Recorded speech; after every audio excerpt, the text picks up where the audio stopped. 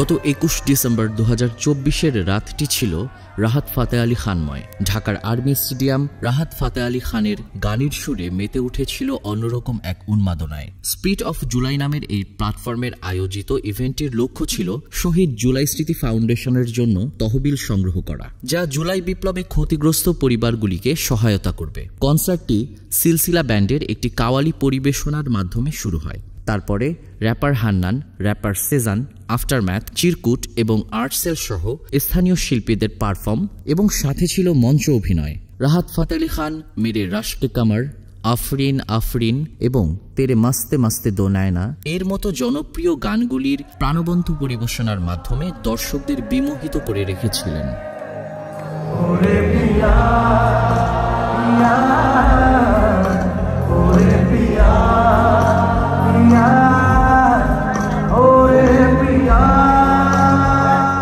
তার পারফরম্যান্স ডিসেম্বরের এই শীতের রাতটিকে একটি উষ্ণ শাস্ত্রীয় বাদ্যযন্ত্র ও সুরের মূর্ছনায় দর্শকদের বিমোহিত করে রেখেছিল। যদিও সুশৃঙ্খলভাবে কনসার্টটি সমাপ্ত হয়, তবে বিচ্ছিন্ন কিছু ঘটনাও ঘটে।